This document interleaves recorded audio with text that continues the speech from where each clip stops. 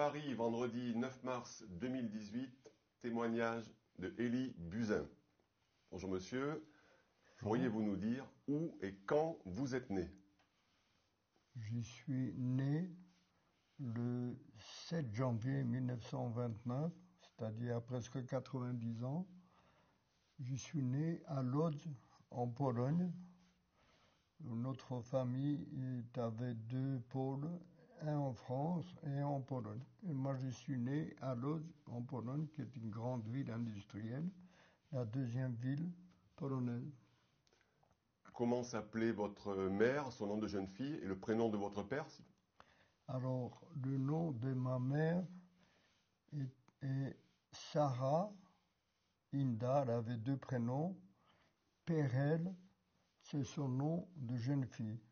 C'est-à-dire mes parents maternels s'appelaient Perel, P-E-R-O-L.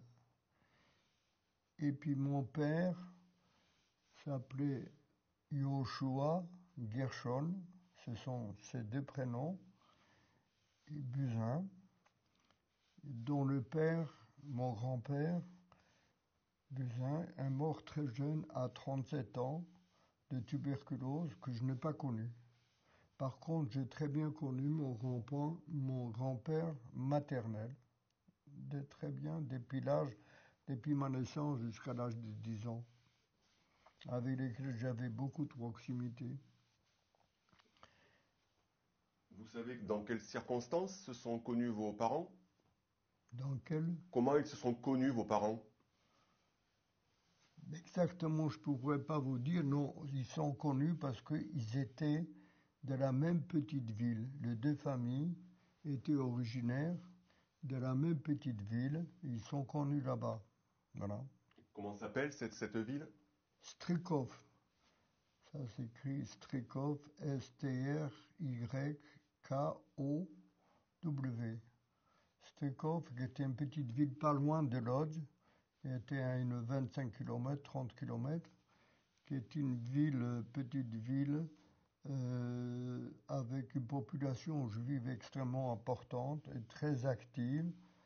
Et mon grand-père maternel était un grand érudit talmudiste connu, et il était juge de paix dans cette petite ville. Voilà. Et donc les gens se connaissaient entre eux, il y avait plusieurs familles, etc. Et vos parents travaillaient tous les deux? Mes parents, non. Mon père était industriel, très actif, très occupé, que j'ai connu relativement peu, entre ma naissance et l'âge de 10 ans. J'étais le petit dernier de 3 enfants, un frère aîné de 11 ans et une sœur de 6 ans. Et moi, j'étais le petit dernier du choyer. Mon père, je ne l'ai pas connu beaucoup, vraiment. Mais enfin, quand même, j'ai eu des contacts avec lui de temps en temps. Et c'est mon frère, qui avait 11 ans de plus que moi, qui avait une très grande influence sur moi. Voilà. Son prénom? Avram. Et votre sœur? Ma sœur, Topja, si vous voulez, elle avait 6 ans de plus, qui était une jeune fille très gaie, très joyeuse, très active. Mon frère était également un jeune homme très actif.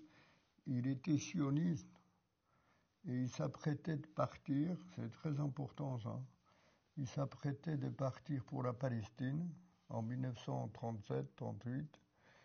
Et d'ailleurs, il est même parti de la maison. Il avait fait des études sous l'influence de son père, des études d'expertise comptable, parce que comme mon père était industriel, il y avait 2 usines, enfin il avait beaucoup de choses, il voulait s'appuyer sur son fils. Son fils a fait ses études d'expertise comptable, mais ça lui plaisait pas du tout, ça l'intéressait pas du tout, et il a décidé de partir.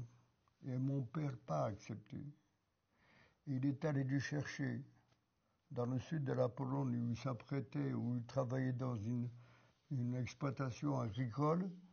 Il est allé le chercher pour lui dire qu'il avait besoin de lui, qu'il ne pouvait pas partir, et qu'en plus sa mère, qu'il adorait, qui était son fils aîné, etc., était très affectée par son départ. Alors, quand il a vu que sa mère était vraiment pas bien, il est rentré pour voir. Et puis la guerre a éclaté peu de temps après. Et il a été assassiné en 1940. Et ça, c'était pour mon père extrêmement gravissime, parce qu'il se reprochait pendant 4 ans, lorsqu'il a vécu après cet assassinat, il s'est reproché la mort de son fils. Et il est passé 4 ans à se dire, j'ai tué mon fils, j'ai tué mon fils, j'ai tué mon fils. Voilà. Et jusqu'à la guerre, comment vous décririez votre enfance?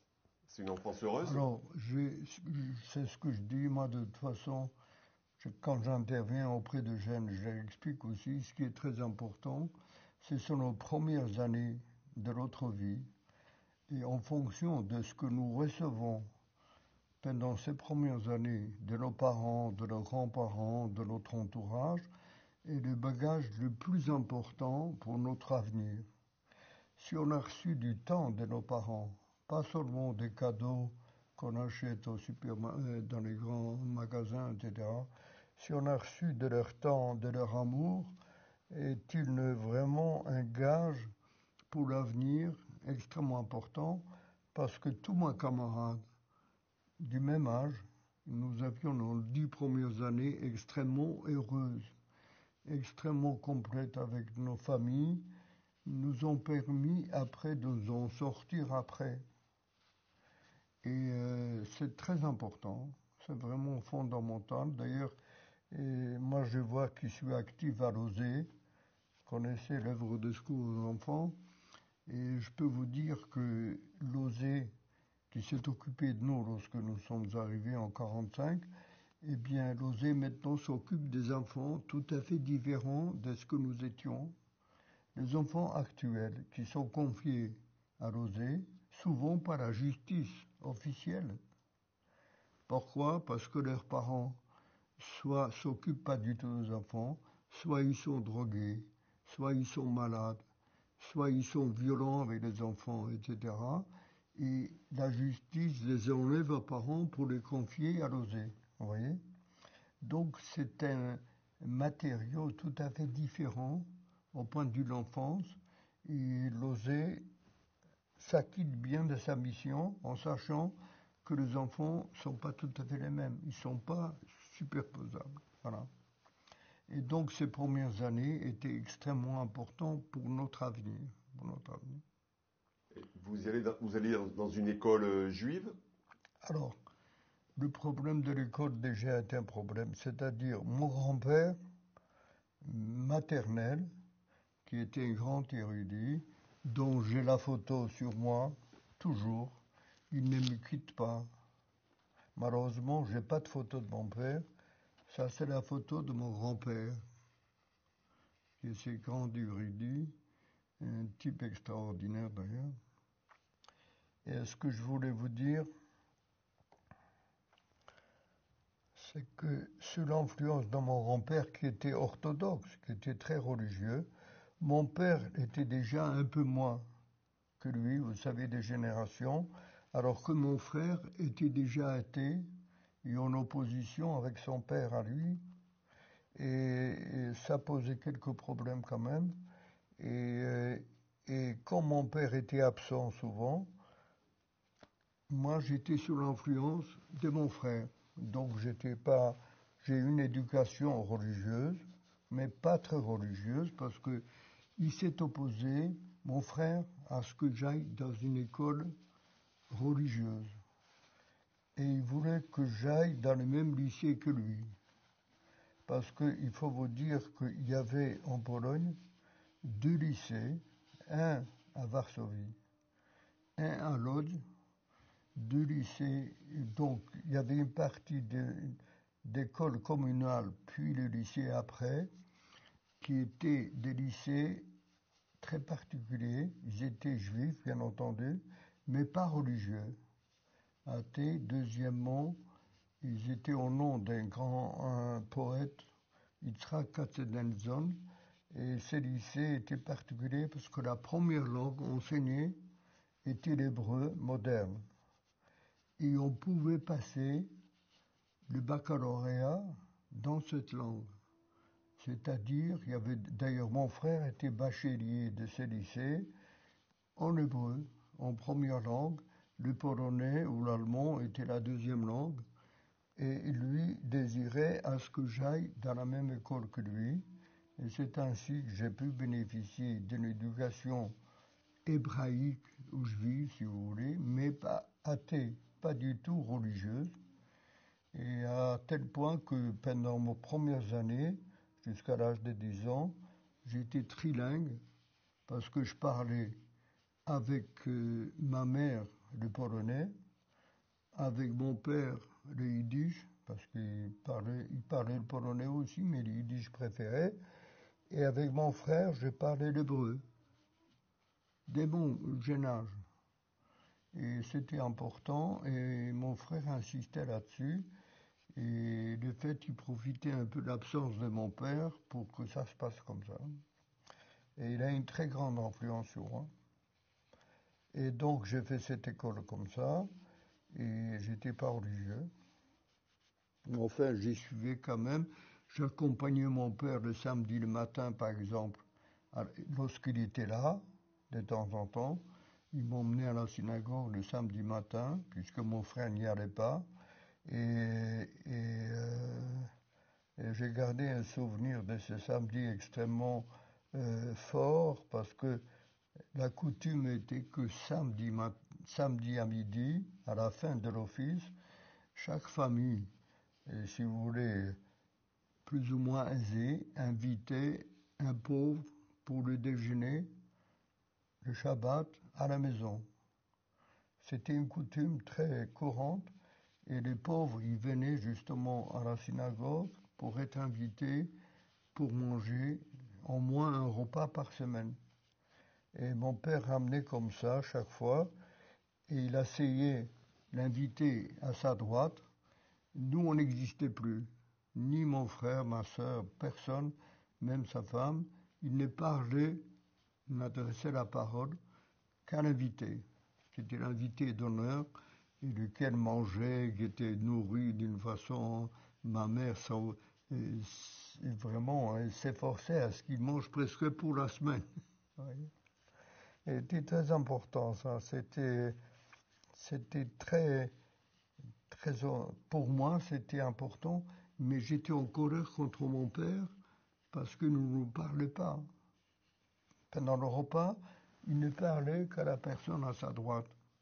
Alors, nous, on n'existe plus. Enfin, c'était des petites choses comme ça, et c'est vrai, le peu de souvenirs que j'ai de mon père, c'est ça un petit peu. Et en plus, une fois, il m'a invité, il devait avoir 6 ou 7 ans, je me souviens plus exactement, et il m'a invité dans une de ses usines où il travaillait. Et moi, je ne connaissais pas du tout, vous savez, à 6-7 ans, on ne sait pas très bien. Et donc, je l'ai accompagné, et là j'ai découvert que je ne connaissais pas du tout mon père, parce qu'il était, et tous les gens le respectaient tellement dans l'usine, bien sûr, comme puis il était le patron, etc. Donc, j'étais étonné par le respect qu'il inspirait. Et en sortant de cette visite, déjà j'avais une image que je n'avais pas de mon père avant. Et il m'a invité à déjeuner dans un restaurant chic, dont je me souviens vraiment, vraiment un grand resto, vous savez, dans l'artère principale de la ville, etc., avec un bruit infernal, avec de plats bien entendu, tout à fait. Et en sortant de ce resto, on est rentré à pied. Et là, il y avait un marchand de glace qui vendait des glaces comme ça, vous savez, avec comme ça. Et il m'a demandé ce que je voulais comme glace et tout. Bon, j'adorais les glaces. Il m'a choisi une glace à la vanille et que je mangeais, dont le goût m'est resté jusqu'aujourd'hui. Et quand je prends une glace, je ne prends que de la vanille en souvenir de cette promenade. Voilà. Vous nous parliez de cette école juive, mais est-ce que vous aviez des copains ou des voisins polonais non juifs? Personnellement, non, j'en avais pas. Très peu. Pas du tout. Ma soeur, oui, parce qu'elle avait des copines polonaises. Elle les faisait exprès contre ses parents, contre son père surtout. Et puis, elle était très provocatrice, alors que mon frère était un peu respectueux, bien qu'il ne soit pas d'accord enfin, vous savez, le problème des générations a toujours existé, c'était tout à fait normal. Alors que moi, j'étais jeune, j'avais des amis à l'école, avec lesquels, d'ailleurs, j'ai gardé un seul ami que je retrouvais après la guerre, de cette période-là. Et c'est lui qui m'a retrouvé d'ailleurs en Israël. Et sinon, si vous voulez, c'était des communautés très structurées, très actives sur le plan intellectuel, c'est comme ça, et de sorte qu'on n'avait pas besoin on suffisait à nous-mêmes. Voilà. Et bon, vous étiez Ce que je voulais vous dire, c'est que mon père était peu présent à la maison, et au contraire, ma mère, c'était l'inverse. Elle était femme au foyer, elle ne travaillait pas, elle ne s'occupait de ses enfants, bien entendu, que nous étions, mais aussi de toute la famille, qui était justement des deux côtés, du côté de mon père et de son côté elle, qui était dans la petite ville d'Estrikov, et donc elle s'occupait de toute la famille, et dès qu'il y avait quelqu'un de malade, dans la petite ville où il n'y avait pas la possibilité médicale qu'il y avait dans la grande ville où nous étions, elle amenait les gens à la maison chez nous, qu'elle hébergeait et qu'elle faisait s'en occuper pour les soigner, mes grands-parents, mes tantes, mes oncles, etc. Et je les ai connus en fait comme ça, quand ils étaient dans une situation difficile, ils débarquaient chez nous. Et ils étaient donc hébergés, et ma mère s'en occupait d'une façon très active. Et puis dès qu'il y avait quelque chose dans la petite ville, elle nous lâchait, elle allait là-bas pour régler les choses. Et je trouve que j'ai vécu justement ces 10 premières années dans cette atmosphère d'entraide familiale qui était en fait double. C'est que mon père réglait toutes les histoires financières qu'il y avait. S'il fallait donner un coup de pouce, rembourser un prêt ou n'importe quoi pour quelqu'un de la famille, il était là. Et ma mère, c'était pas financier, c'était sa présence, et c'était de s'occuper des gens d'une façon très précise. Et je me souviens, un de mes oncles, du côté de mon père d'ailleurs, était malade, était tuberculeux, et donc il est venu chez nous, à la maison, pour se soigner, et pendant son séjour de plusieurs mois, j'ai un souvenir exact parce que ma mère avait peur, il avait un couvert spécial à lui pour manger, etc. Il a insisté auprès de moi qui était petit, j'avais 4 ans, 5 ans, il a insisté pour que je ne mange pas la même chose que mon oncle. Alors qu'il était là, il s'est soigné, etc. Bon. Mais je savais, donc c'était une femme présente pour les enfants et pour toute la famille, mais en plus elle s'occupait de l'institution caritative où elle était très active justement pour aider les déshérités, les émigrés, les gens qui étaient chassés d'Allemagne pour venir d'origine polonaise, on les chassait en Pologne, et donc c'est ma mère qui s'en occupait, et j'ai un souvenir très précis de son activité, et on a été aussi très actifs à ce qu'on appelle la VISO qui existe toujours d'ailleurs, c'est Women, institution des femmes sionistes, si vous voulez. Eh bien, ma mère faisait partie de la VISO et s'en occupait beaucoup. Et à ces propos, je dois dire, moi j'avais une mission particulière le vendredi. On n'allait pas à l'école le vendredi après-midi, parce que c'était Shabbat. On n'allait pas à l'école le vendredi après-midi. Moi, j'avais une mission, parce que vendredi après-midi, tous les mendiants, tous les pauvres, venaient commander des sous pour le Shabbat. Et donc, j'avais une mission, moi, vendredi après-midi, très précise. Ma mère me donnait une coupelle avec des pièces de monnaie dedans, remplies. Et j'étais à la cuisine où il y avait une porte d'entrée et on frappait la porte. Et donc, j'ouvrais la porte, il y avait un type devant avec un groupe, 5 ou 10 personnes autour de lui. Et je demandais, j'avais un ordre de ma mère, demander combien ils étaient. Et en fonction du nombre, je donnais une pièce pour chacun. Si on me disait qu'ils étaient 8, je prenais 8 pièces. Je savais déjà compter à l'époque. Et donc, je comptais, je donnais 8 pièces et tout. Et je me suis rendu compte que 5 minutes après, on frappait de nouveau à la porte. Il y avait un autre type devant et il disait, nous sommes 10.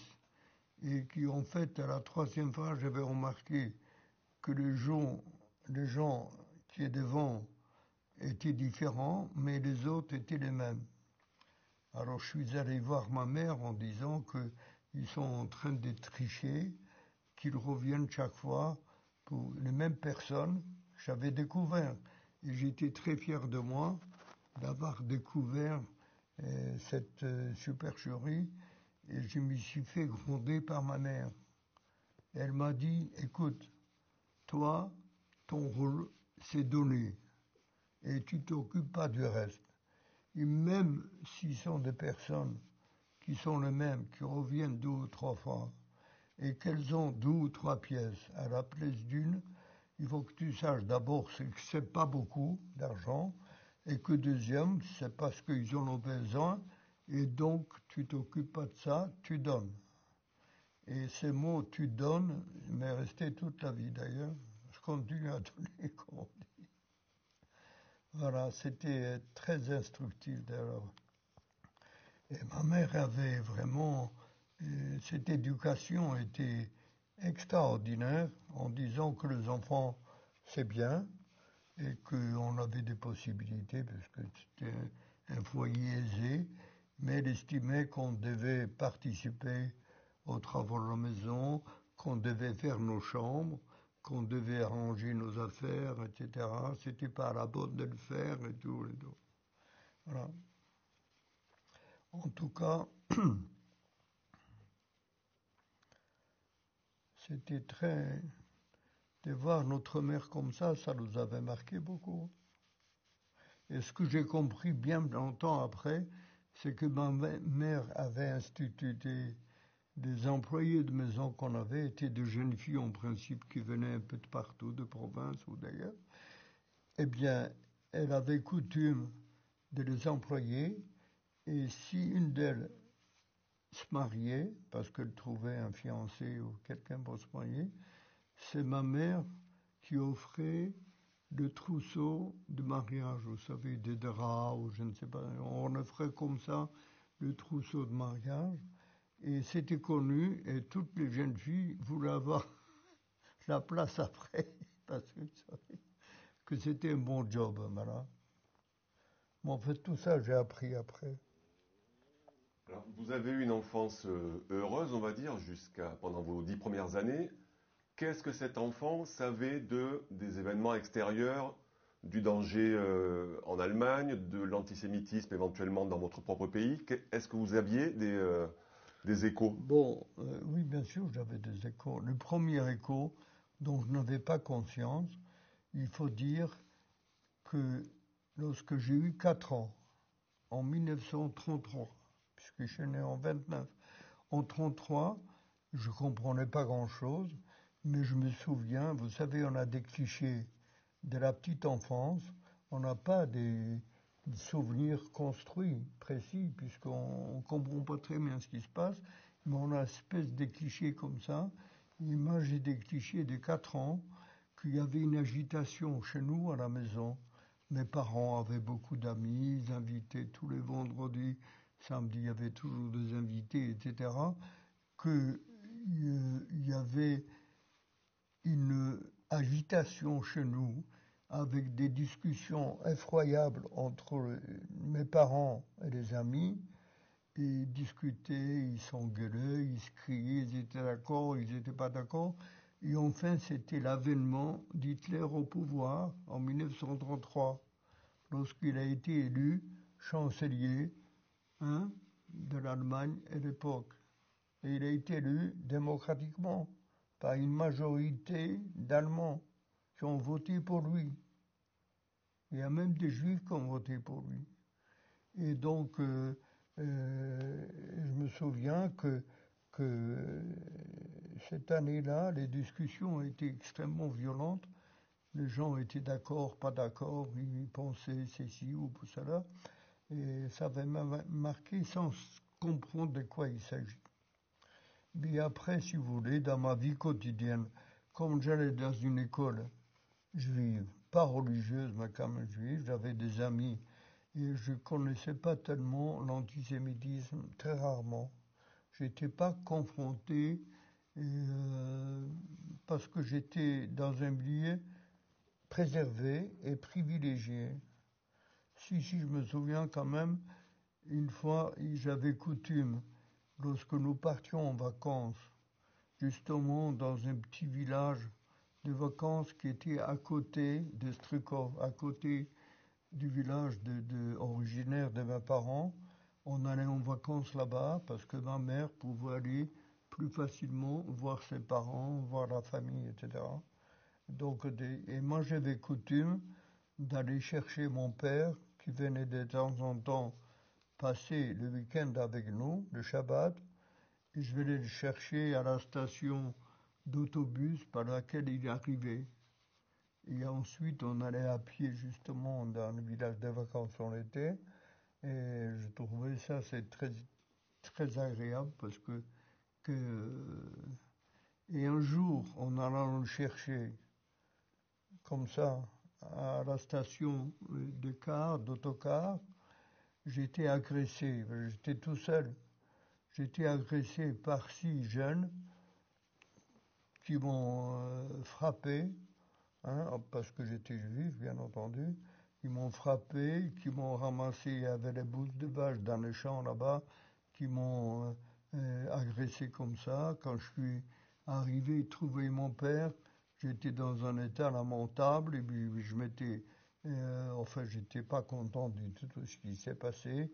Et mon père a essayé de me calmer, m'expliquer, c'est pas grave, c'est pas ça, c'est ci, c'est là, enfin... Voilà.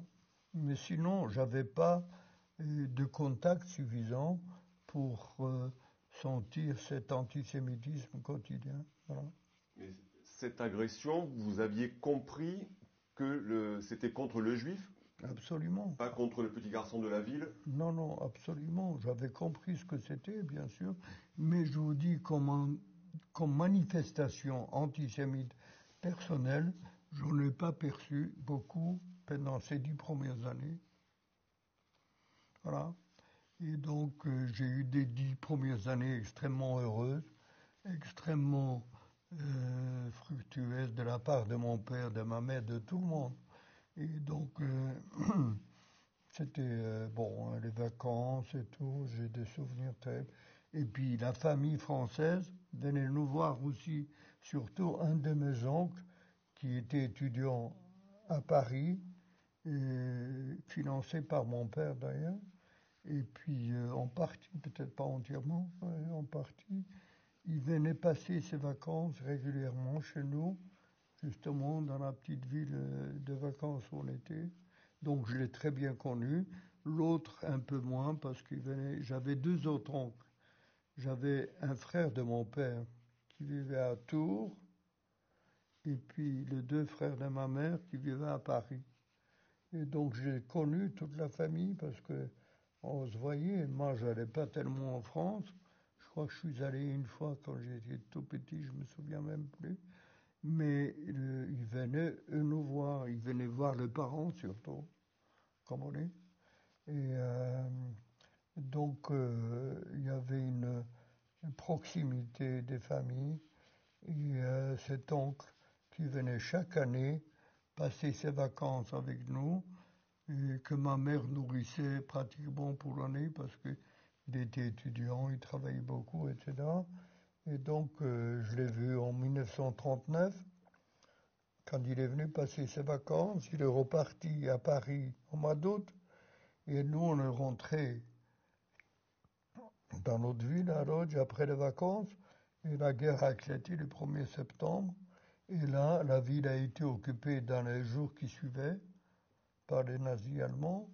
Et donc, toute la région de Lodz, qui était à proximité de l'Allemagne, bien sûr, c'était la partie d'ailleurs qui était annexée au Troisième Reich. Et la ville a été débaptisée. Elle s'appelait plus Lodz, elle s'appelait Litzmannstadt, et donc annexée. Et toute la région, il n'y a pas que la ville, mais toute la région, ont été annexées au Troisième Reich. Vous comprenez? Et dites-vous bien que j'y suis retraité, allemand. Faut comprendre. Retraité. J'ai une carte de retraite et je touche 80 € par mois, hein, parce que j'ai travaillé justement dans le camp de travail du ghetto de Lodz, mais comme c'était en Allemagne, puisque la ville a été annexée au Troisième Reich, donc nous étions ressortissants, travaillant en Allemagne. Et à ce titre, on avait droit à une retraite comme tous les gens qui travaillaient en Allemagne. Mais seulement cette retraite était, premièrement, c'était, d'après la loi, c'était à partir de 14 ans, alors que dans le camp où j'étais, le travail était imposé à partir de 10 ans.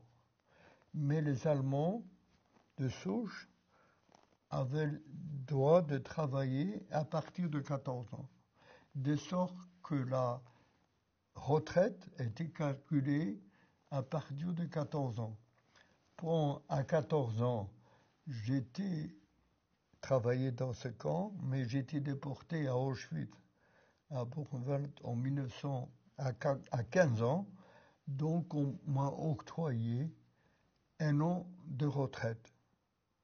Oui, un an, légal. Et comme j'étais pas un ouvrier spécialisé, vous savez, à 14 ans, on n'est pas toujours donc j'avais la retraite la plus basse, rien du tout. Et quand j'ai vu cette décision, il n'y a pas longtemps, j'avais refusé et j'ai dit à mon avocat que je n'acceptais pas parce que j'ai travaillé à partir de 11 ans et j'exige, si j'ai le droit à quelque chose, à partir de 11 ans. J'ai fait appel et j'ai monté mon avocat, qui avait un avocat en Allemagne d'ailleurs, un confrère, et mon appel a fait jurisprudence, a fait plier la législation allemande, je rigole pas, a fait plier la législation allemande en disant que les juifs qui étaient employés de force, les jeunes, dans les différents camps, non seulement dans la partie qui a été annexée au Troisième Reich, mais même dans les autres centres de travail, dans les ghettos, ce qu'on appelait, qui n'étaient pas annexés. Si les jeunes avaient travaillé, avaient le droit à la même retraite, et pas à partir de 14 ans, mais à partir de l'âge où ils ont commencé, c'est-à-dire 10 ans, 11 ans, peu importe. Vous comprenez? Et en plus, quand ça fait tellement de je trouve, comme on dit, c'est qu'ils m'ont alloué non seulement à partir de 11 ans, hein, jusqu'à mon arrivée à Auschwitz en 15 ans, non seulement ces 4 années, mais ils m'ont ajouté en disant stipulant dans la décision, compte tenu que ce jeune a été empêché d'aller à l'école depuis l'âge de 11 ans, on m'a ajouté les 4 ans de travail et on m'a ajouté encore 2 ans de plus. Donc j'ai une retraite d'un travailleur non spécialisé de 6 ans. Vous voyez? Et ça se monte à 80 € par mois. Vous voyez, il n'y a pas de quoi s'étouffer, mais enfin c'est comme ça. Et tous les autres jeunes des autres camps ont bénéficié de cela. Voilà. C'est un détail. Alors, si on revient au déclenchement de la guerre, est-ce que, dans vos souvenirs, vous aviez compris que votre vie d'avant, la vie heureuse, était terminée ou vous ne l'aviez pas encore saisie? Pas tout de suite, mais quand même très peu de temps après, parce que il faut vous dire quand notre ville a été occupée, et 2 mois après, c'était en septembre. Je crois que c'était en octobre ou novembre, il y a eu un décret très précis par les nazis en disant que les juifs, la communauté juive de la ville de Lodz était importante. Il y avait 350 000 que dans la ville. 350 000 devaient quitter leurs appartements volontairement pour se transplanter dans un quartier de la ville le plus déshérité qui existait. Vous savez, une espèce de banlieue abandonnée où il n'y avait pas tout à l'égout, il n'y avait pas d'électricité partout, il n'y avait pas d'eau partout. Il fallait qu'on y aille bénévolement s'installer là-bas parce qu'il va y avoir un camp de travail instauré par les nazis pour les juifs. Et il y en a qui sont allés. Vous savez, très peu de gens sont obéissants. Comme ici en France, il y a des gens qui sont allés se faire enregistrer pour avoir l'étoile jaune, etc., tout ça. Là-bas, il y a des gens qui ont quitté les appartements, ils sont allés justement dans ces quartiers. Mon père ne voulait pas bouger. Mon père a dit, tout ça c'est des foutaises, Hitler c'est pas sérieux, c'est un type un peu fou, il fera pas ce qu'il dit, etc. Il avait une grande confiance dans la culture allemande en disant que c'était un pays démocratique, c'était comme ça, et donc on ne bouge pas. Et beaucoup de gens n'ont pas bougé.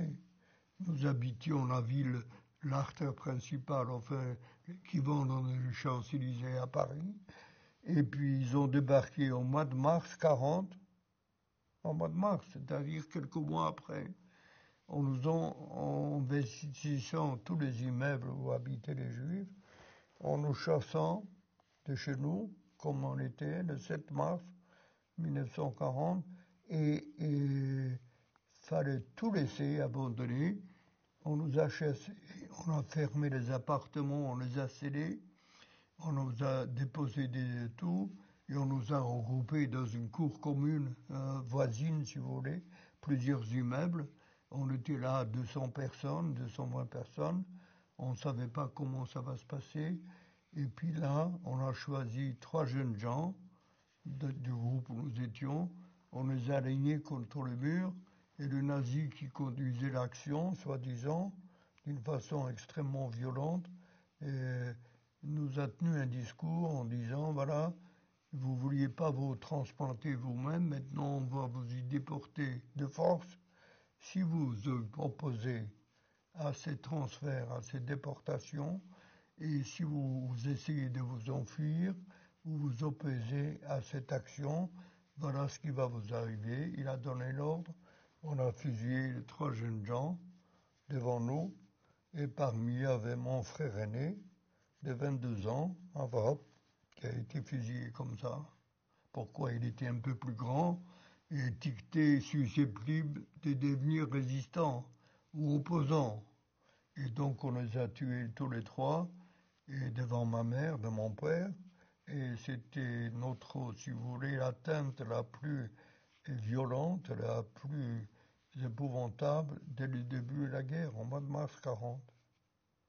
Et vous pensez bien, après cet assassinat, on nous a transférés de force, avec des chiens, avec des coups de matraque, enfin un truc extrêmement violent, et on nous a arrêtés pour passer la nuit, parce que c'était déjà la nuit, dans un hangar, et le lendemain matin, j'ai pas reconnu ma mère. Elle a changé de tête totalement. Elle a blanchi, elle était jeune, elle a eu son premier fils à l'âge de 20 ans. Elle avait 42 ans. et 42 ans, et elle a blanchi totalement, je ne l'ai pas reconnue. Mon père était abattu d'une façon extrêmement violente, et ma sœur, qui avait 6 ans de plus que moi j'avais 11 ans, elle avait 17 ans, que j'ai connu une jeune fille extrêmement vivante, gaie, tout ce que vous voulez, et s'est mis à faire des convulsions épileptiques comme ça, comme une épilepsie réactionnelle à ce qu'elle a vécu la nuit. Et j'étais le seul valide. À 11 ans, de tous les quatre, j'ai pris conscience que mes parents étaient très mal et que ma sœur était mal et que j'étais le seul valide. Et j'ai mis, sans l'analyser, je m'étais dit que j'étais adulte et qu'il fallait que je m'occupe des 3 autres, de ma famille. Et c'était très tôt, à l'âge de 11 ans. Et bon, ensuite, on nous a transférés dans ce camp. Là-bas, heureusement, mon père a trouvé un de ses employés qui a travaillé pour lui et qui était déjà là-bas dans le camp, qui nous a aidés à trouver 2 petites pièces dans des conditions difficiles, dans un immeuble délabré, etc. On a pu avoir un toit sur la tête et grâce à lui, et puis a commencé une vie nouvelle, si vous voulez, différente en ce sens que ma mère était très atteinte par la mort de son fils, que mon père était totalement déprimé alors qu'il s'y attendait absolument pas à ce qui est arrivé, alors qu'il était très confiant dans l'Allemagne, etc., tout ça, et était tellement atteint par l'assassinat de son fils, et en plus il s'est accusé de sa mort, parce qu'il est allé le chercher là-bas, dans le camp où il s'apprête pour... Je crois que j'en ai parlé là, non? À la Palestine, parce que mon frère avait décidé de partir en Palestine avec un groupe, et mon père est allé le chercher là-bas pour le ramener à la maison en disant que sa mère était malade, et par conséquent, lui, il ne pouvait pas la quitter et tout. Et il est rentré, et ensuite, comme il était assassiné, mon père, pendant toute la période qu'il a vécu encore, c'est-à-dire 4 ans, il s'est accusé de la mort de son fils. Et il était dans une dépression totale, sauf à une petite période, en 1942, où j'ai eu ma bar mitzvah, c'est-à-dire ma majorité religieuse, à 13 ans, en 1942, où mon père s'est sorti un peu de sa torpeur, et ma mère aussi, pour me préparer une petite cérémonie clandestine, mais quand même une cérémonie, et pour arriver à l'âge de 13 ans. C'était une date importante pour moi, parce que cette occasion, ma mère m'a tenu un discours très précis en disant que j'étais adulte à 13 ans. Vous savez, dans la religion juive, jusqu'à 13 ans, tout ce que vous faites est comptabilisé sur le compte des parents. Là-haut, c'est noté. Et à partir de 13 ans, vous devenez adulte et vous prenez tous vos péchés sur votre propre compte. Et de telle manière qu'à 13 ans, on est considéré comme quelqu'un d'adulte. Vous comprenez? C'est important. Et là, ma mère m'a tenu un discours en disant, voilà, maintenant, tu es grand, tu as 13 ans, tu as la bar mitzvah, et il faut que tu saches que je vais te dire, c'est très important. Elle m'a dit 2 choses importantes pour la vie de... J'en ai pas l'idée à ce matin. Elle m'a dit la première, il faut que tu saches que la douleur de l'assassinat suit à l'assassinat de ton frère 22 ans. 2 ans auparavant, nous étions en 42. Et cette douleur, on s'en remettra jamais. Elle est vraiment permanente pour nous. Mais la perte la plus importante, c'était pour lui, parce qu'il a été assassiné, et toute la vie qu'il avait à vivre encore devant lui, il l'aura plus. Il faut que tu le saches. Ça, c'est la première chose. Et la deuxième chose, moi, je ne survivrai pas à cette guerre. Ton père non plus, tu vois, dans l'état où il se trouve. Et ta sœur qui est malade, malgré qu'elle soit jeune, elle ne survivra pas non plus. Et il faut que tu fasses tous les efforts que tu peux pour tenir le coup, pour survivre, essayer d'aller en France et retrouver une autre famille là-bas pour savoir ce qu'ils sont devenus et s'ils sont... Parce qu'on ne savait pas ce qui se passait ailleurs. Vous savez, on était isolés. Et alors, il faut que tu saches s'ils sont vivants, il faut que tu leur racontes tout ce qui est arrivé dans notre famille en Pologne, parce que là, on savait déjà en 1942 que les grands-parents étaient assassinés, que les oncles, que les tantes, tous les autres membres de la famille étaient morts. On le savait déjà en 1942. Eh bien, ces discours a été pour moi extrêmement salutaire. Le fait qu'elle m'a ordonné pratiquement de résister et de tenir le coup, c'était ma résistance à moi. C'était pas une résistance avec des armes, ou ce que vous voulez. C'était quelque chose de tout à fait transmis par ma mère. Et ça m'a aidé chaque fois que j'étais dans des conditions extrêmement précaires, où je risquais la mort à tout le moment. Eh bien, je pensais à la phrase de ma mère qui me permettait de tenir le coup, comme on dit. Voilà. C'est très important, cet âge-là. Et donc, si vous voulez, en 1942, je suis devenu adulte, et on continuait comme ça. Et à la fin de l'année 1942, les nazis ont décidé que le taux d'improductifs dans ce camp, parce qu'on travaillait à partir des 10-11 ans, et je travaillais moi, eh bien, ils ont décidé que tous les improductifs, à savoir les gens âgés ou paraissant comme tels, ou handicapés qui ne pouvaient pas travailler, et tous les enfants de moins de 10 ans, puisque à 10 ans on pouvait travailler, moins de 10 ans devaient être éliminés du camp parce que c'était des improductifs. Et il est vrai que jusqu'à 42, entre 40 et 42, la cellule familiale était tolérée. J'étais avec mes parents, avec ma sœur, et ils avaient droit à des tickets d'alimentation étaient inférieurs à ceux de gens qui travaillaient, mais ils avaient droit à quelque chose. Donc ils avaient droit d'existence. Et à partir de 1942, tous ces gens devaient être éliminés et on savait qu'on allait les assassiner, mais pas où et comment, on ne savait pas, mais on savait qu'ils ne partaient pas en maison de repos. Hein. Et donc il y a eu une déportation comme ça. Ils sont venus nous chercher dans notre immeuble.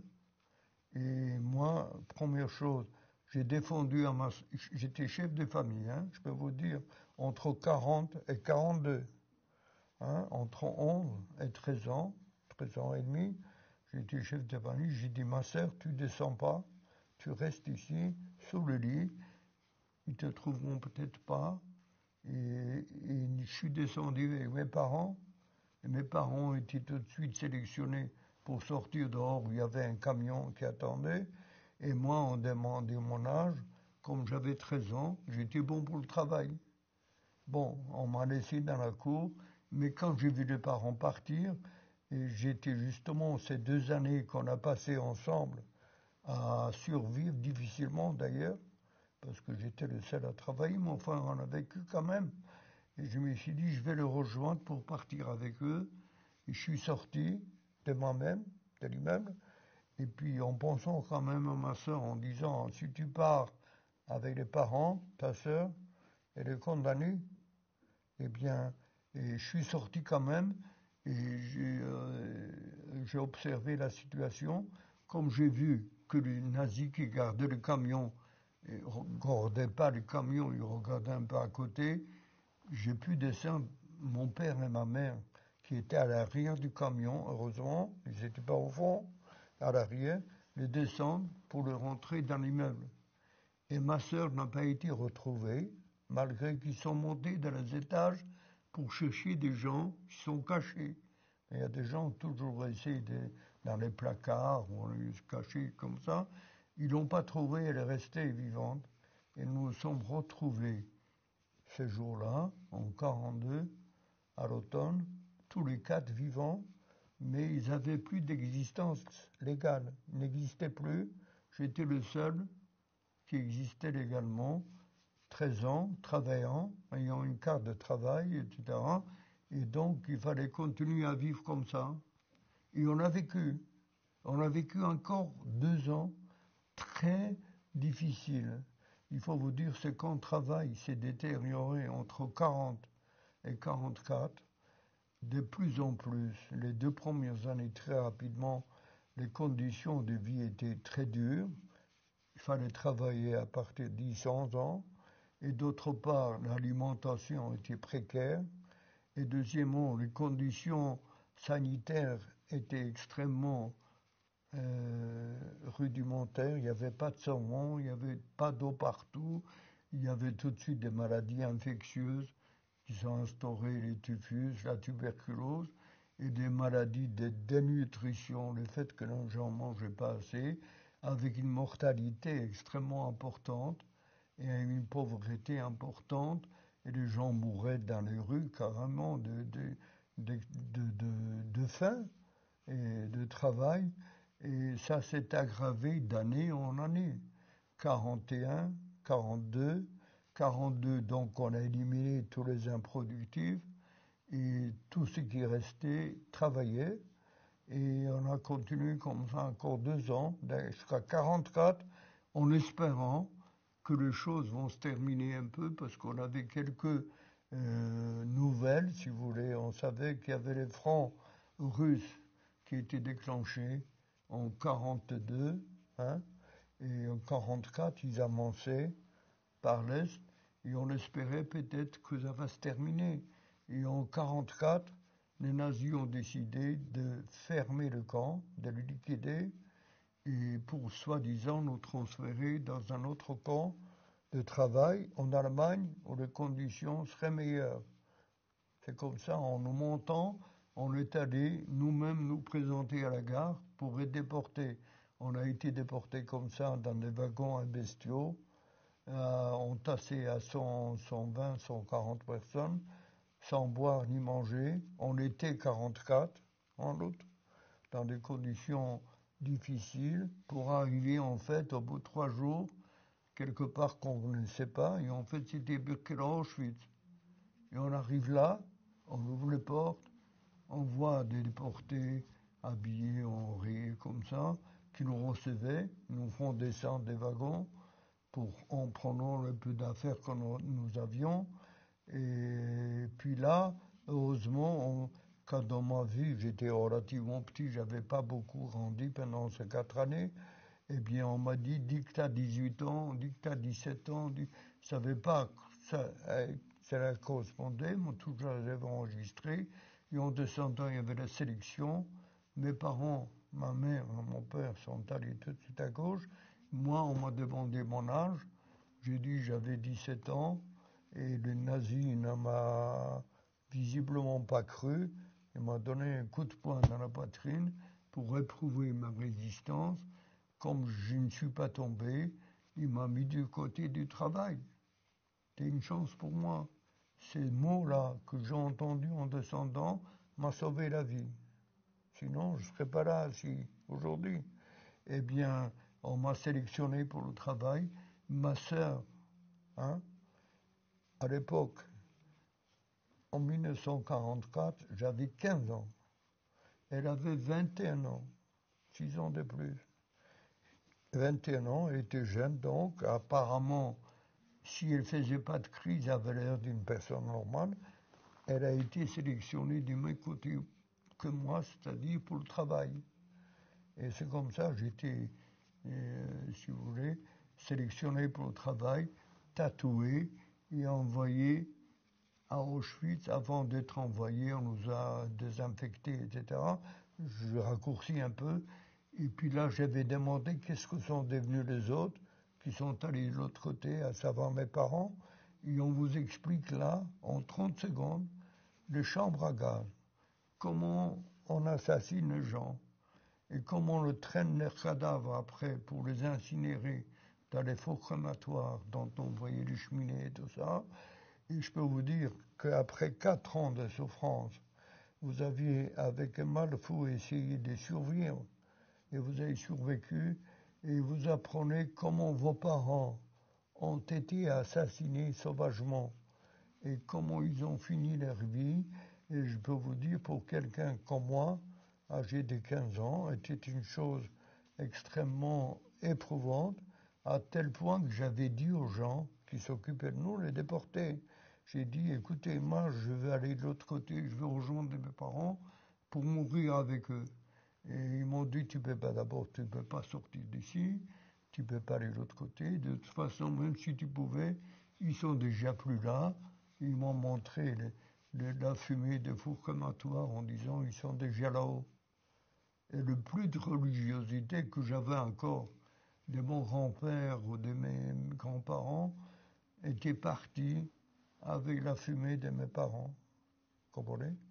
Je suis devenu ensuite un athée convaincu. Je ne suis pas un anticlérical, je ne suis pas contre, mais je suis moi-même un athée convaincu. Voilà. Eh bien, c'est comme ça, quand j'ai appris que je ne pouvais pas sortir de là, je me suis dit, rappeler les paroles de ma mère, ok, je vais faire ce qu'il faut pour survivre. Voilà. Et c'est comme ça que j'ai été tatoué, envoyé à Auschwitz, qui est le camp de travail par excellence, où là-bas, on avait le droit de mourir au travail. Mais on n'était pas ni gazé, ni assassiné. C'était déjà un grand avantage. Et donc, j'étais dans un commando de travail.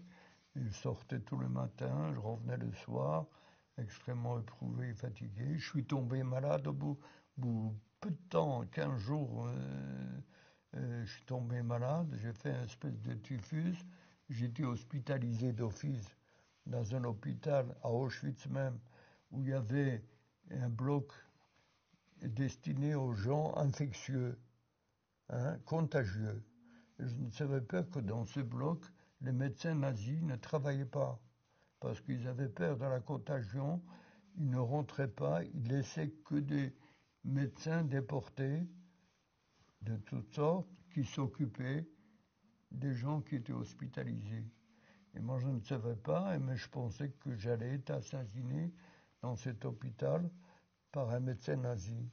Et le médecin qui s'est approché de moi, qui était un Allemand, effectivement, qui me parle en allemand, j'étais très étonné, qui me disait « Calme-toi, reste tranquille, je vais m'occuper de toi ». Et je comprenais pas très bien, et je cherchais sur sa blouse blanche qu'il avait, cherchait un signe, les médecins SS avaient une tête de mort avec SS de chaque côté. Je n'ai pas trouvé, en fait, j'ai trouvé que c'était un déporté qui avait un numéro avec un triangle en dessous, un triangle violet, alors que moi j'avais un triangle rouge et je ne savais pas ce que c'était. En tout cas, c'était un médecin qui s'est occupé de moi et qui m'a sauvé la vie, qui m'a apporté tous les quarts d'heure, toutes les lumières et un peu de liquide, enfin je ne sais pas ce qu'il y avait, un peu de sulfamide dedans, un peu de médicaments. Et il est arrivé à me sentir mieux et pouvoir rentrer dans mon bloc quelques jours après, regagner mon bloc où tout le monde était étonné que je sois revenu vivant parce que pour eux, j'étais mort. Une fois à l'hôpital, c'est fini.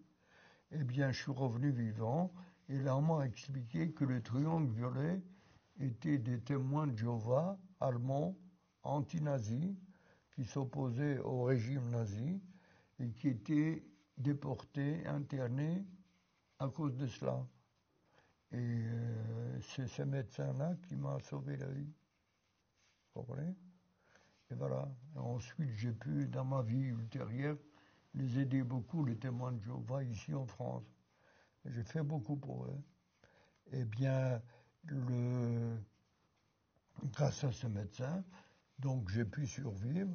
Et ensuite, j'ai bénéficié d'une autre circonstance que la majorité des gens à Auschwitz sortait travailler tous les endroits à 4-5 kilomètres du camp. On sortait à pied le matin et on rentrait le soir. Et alors qu'il y avait d'autres camps qui étaient des sous-camps, qui étaient plus éloignés que 5-6 kilomètres, et on ne pouvait pas faire à pied le matin, on rentrait le soir, et donc on travaillait et on habitait sur place.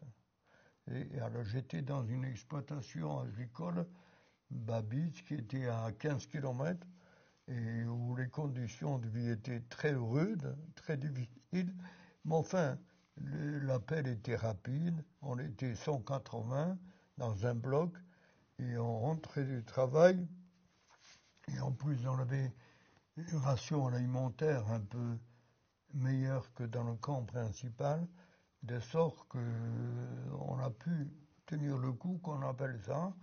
Il en arrivait en hiver 45, un hiver rigoureux, en rentrant du travail, on nous dit un jour, le camp est liquidé, prenez vos affaires, on s'en va.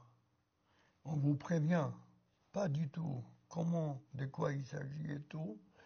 On vous aligne janvier 45 par un froid de -20 degrés avec de la neige comme ça, aligné à pied par colonne de 5, marchez. On vous dit ni où, comment, combien de temps, rien. Tout ça, c'est toujours secret, préparé dans le secret.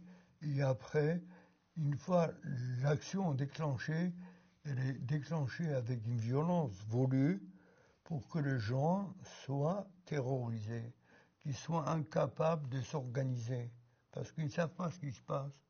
Et puis vous avez des chiens qui vous dévorent, des SS qui vous tirent avec des pistolets ou des fusils, ou bien des cravaches et des chiens, vraiment des bergers allemands extrêmement méchants. Et donc cette action faisait qu'on était complètement anesthésié, comme on dit. Voilà.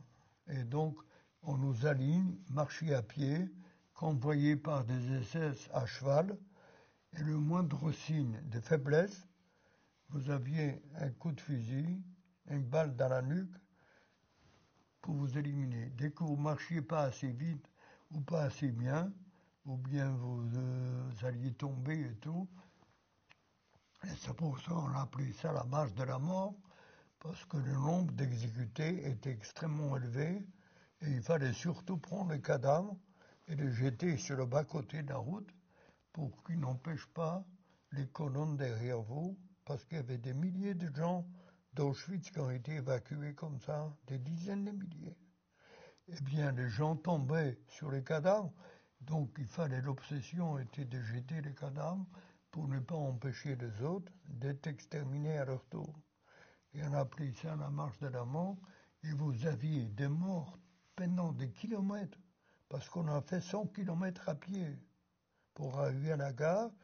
Eh bien, on a fait 100 kilomètres à pied, les routes étaient jonchées de cadavres, tout le long, des milliers de cadavres. Et il est évident que le moindre signe, vous saviez que vous alliez être là-bas. Et je peux vous dire, c'était extrêmement éprouvant et angoissant. On nous arrêtait la nuit pour dormir dans une grange pendant 4-5 heures. On vous donnait un peu d'eau chaude, soi-disant du café, etc. Et pour passer la nuit et repartir au petit matin, continuer, et arriver à la gare, à la frontière entre la Pologne et l'Allemagne. On nous a embarqués dans des wagons, dans des trains, des wagons à marchandises ouverts, remplis de neige, et le train est parti. Et toujours la même chose, sans savoir combien de temps, où et comment. Et dans le train, les conditions de survie effroyables, ni boire, ni manger, le froid. Et puis, bon, au début, il y avait un peu de neige, on mangeait la neige, il n'y avait plus de neige après. Eh bien, et le train avançait, on ne savait pas comment, et la mortalité dans le wagon très importante. Et puis, on arrive au bout de 3 jours, on arrive à une gare, on s'arrête, et on voit qu'on est dans un camp, puisqu'on voyait la cheminée des fours crématoires à l'entrée du camp. Et moi, j'étais sûr que c'était un camp d'extermination, parce qu'on était tellement... Il faut dire qu'on est, pendant mon séjour à Auschwitz, où nous étions au courant de tout. On savait tout, parce qu'on travaillait dehors. Et on savait les positions des Alliés d'un côté, des Russes de l'autre côté, et vraiment, et on connaissait l'existence de tous les camps d'extermination, Treblinka, Majdanek, Sobibor, etc. Moi, je savais tout. Et donc, arrivé là, en Allemagne, j'étais sûr que c'était un camp d'extermination, puisque... Et le déporté qui nous recevait disait, attention, c'est pas un camp d'extermination, vous êtes en Allemagne, en pleine Allemagne, à 7 kilomètres de Weimar, c'était le camp de Buchenwald, qui est un des premiers camps qui ont été érigés pour les anti-nazis allemands en 1937.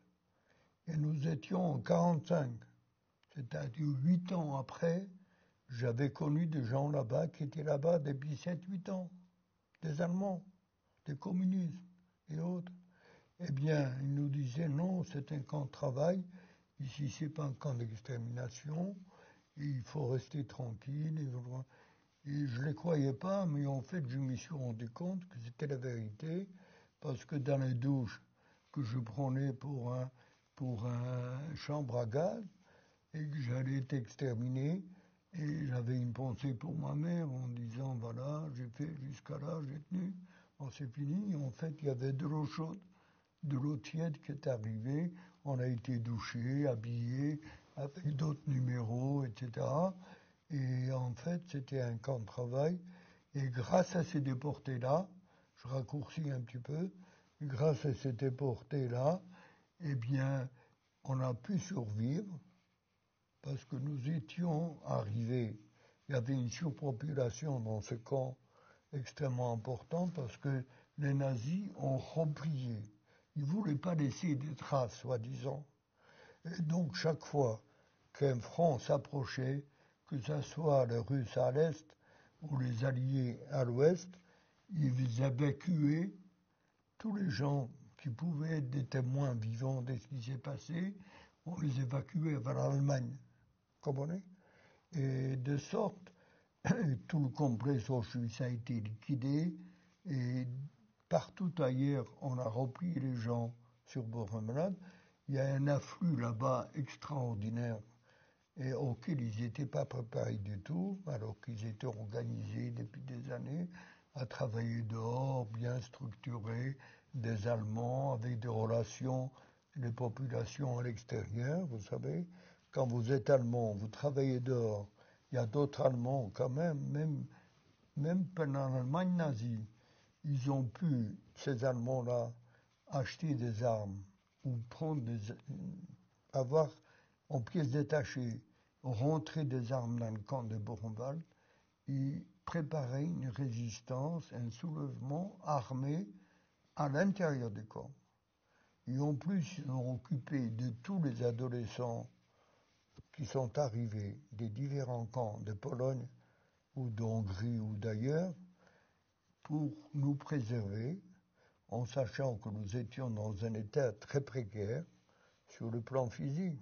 Après la marche de la mort, après les vécus à Auschwitz ou ailleurs, eh bien, ils sont débrouillés pour qu'on ne travaille pas dehors, dans des endroits extrêmement lourds, difficiles, mais qu'on fasse des travaux qu'à l'intérieur du camp.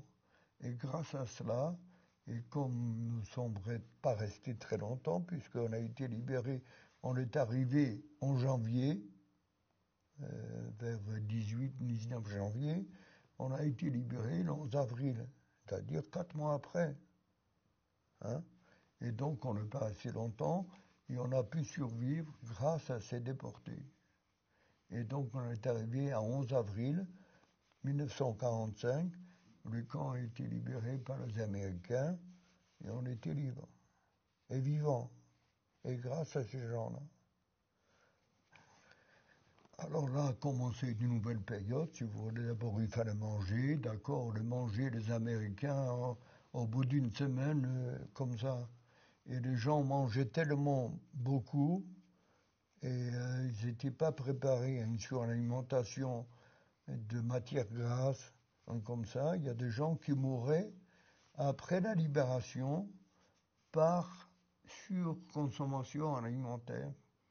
Ils n'arrivaient pas à digérer, ils avaient vraiment un appareil digestif qui n'était pas préparé.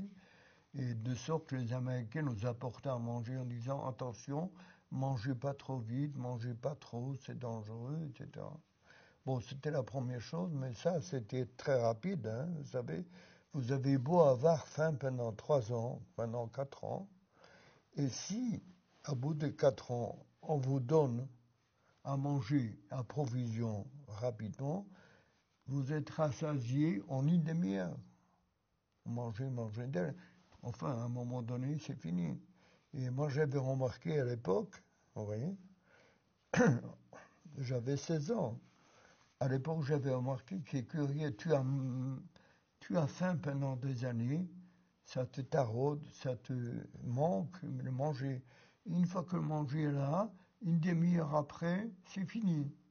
Tu n'en veux plus. Hein? Une espèce qui m'avait étonné d'ailleurs. Enfin, toujours est-il, ce qui était là, bon, le manger était très rapide, mais alors ce qu'il y a eu un autre problème, et je vais finir là, parce que sinon on peut continuer très longtemps, vous en avez marre. Eh bien, ce qui s'est passé, c'est que dans ce camp qui a été libéré, tous les nationaux, français, allemands, de toutes les nations, des résistants qui étaient là depuis des années parfois, et ont été rapatriés très rapidement dans leurs pays respectifs, et plus ils étaient importants sur le plan politique, etc., étaient rapatriés d'une façon, par avion, par train, etc. Ils sont rentrés chez eux, tout cela, et nous, il y avait 900 adolescents qui ont survécu grâce à ce journal-là, d'accord, et nous étions originaires tous de l'Europe de l'Est. Nous savions que toutes nos familles ont été assassinées et que tous nos biens ont été pillés, qu'on n'avait rien.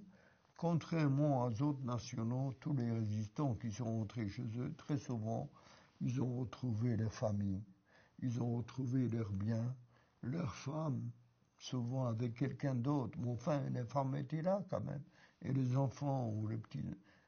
Donc, ils sont réinsérés, bien qu'ils ont souffert. Il y en a beaucoup qui sont morts par le travail dur, etc., mauvais traitement, etc. Mais enfin, il y en a qui sont réinsérés dans la vie assez rapidement.